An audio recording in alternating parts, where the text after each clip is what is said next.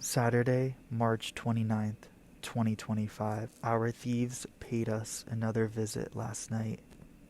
Maybe they weren't the same ones, but their intentions were the same: to take away what someone else has sweated to grow and very much needs.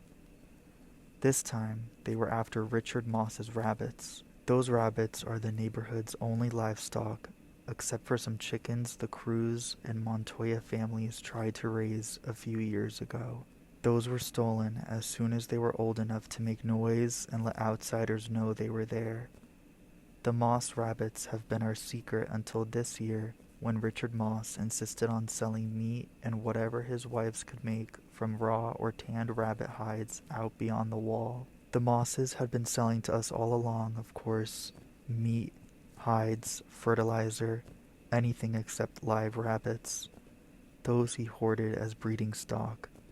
But now, stubborn, arrogant, and greedy, he had decided he could earn more if he peddled his merchandise outside. So now the word is out on the street about the damned rabbits, and last night someone came to get them. The Moss Rabbit House is a converted 3-car garage added to the property in the 1980s, according to Dad. It's hard to believe any household once had 3 cars, and gas-fueled cars at that. But I remember the old garage before Richard Moss converted it. It was huge, with 3 black oil spots on the floor where 3 cars had once been housed. Richard Moss repaired the walls and roof, put in windows for cross-ventilation, and in general, made the place almost fit for people to live in. In fact, it's much better than what a lot of people live in now on the outside. He built rows and tiers of cages, hutches, and put in more electric lights and ceiling fans. The fans can be made to work on kid power.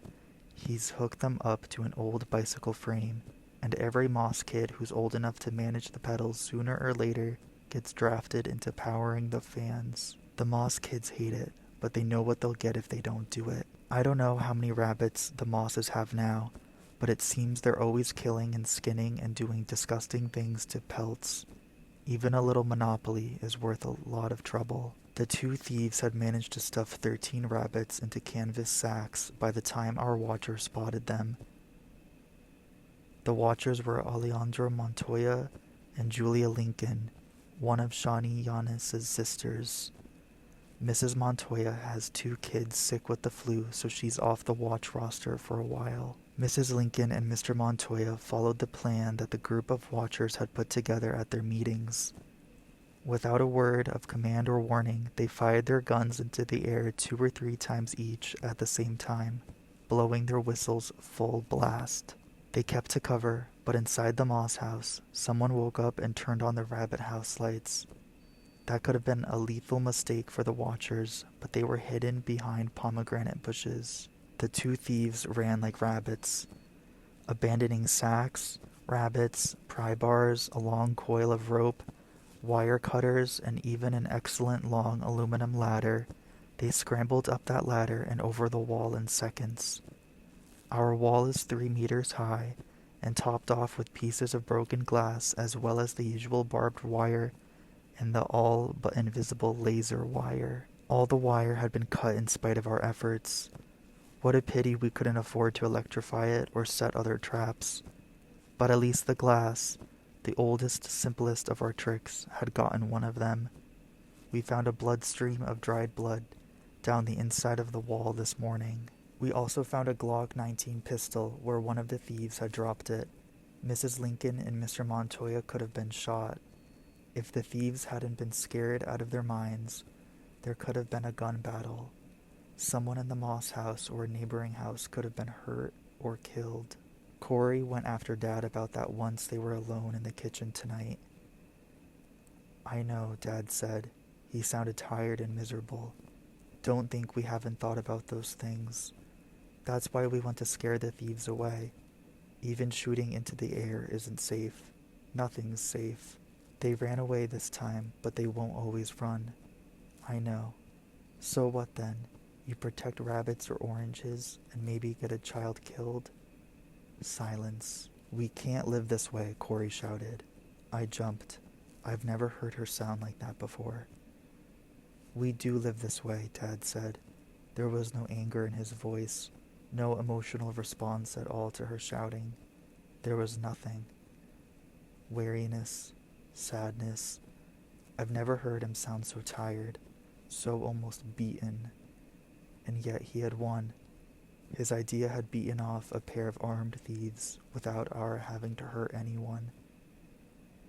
If the thieves had hurt themselves, that was their problem. Of course they could have come back, or others would come. That would happen no matter what. And Corey was right. The next thieves might not lose their guns and run away. So what? Should we lie in our beds and let them take all we had and hope they were content with stripping our gardens? How long does a thief stay content? And what's it like to starve? We couldn't make it without you, Corey was saying. She wasn't shouting now. That could have been you out there, facing criminals. Next time, it might be you. You could be shot, protecting the neighbor's rabbits. Did you notice, Dad said, that every off-duty watcher answered the whistles last night? They came out to defend their community. I don't care about them. It's you I'm worried about. No, he said. We can't think that way anymore. Corey, there's nobody to help us but God and ourselves. I protect Moss's place in spite of what I think of them, and he protects mine no matter what he thinks of me. We all look out for one another. He paused. I've got plenty of insurance. You and the kids should be able to make it all right if... No, Corey said. Do you think that's all that it is? Money? Do you think... No, babe. No. Pause. I know what it is to be left alone. This is no world to be alone in.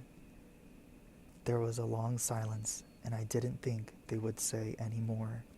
I lay on my bed, wondering if I should get up and shut my door so I could turn on my lamp and write.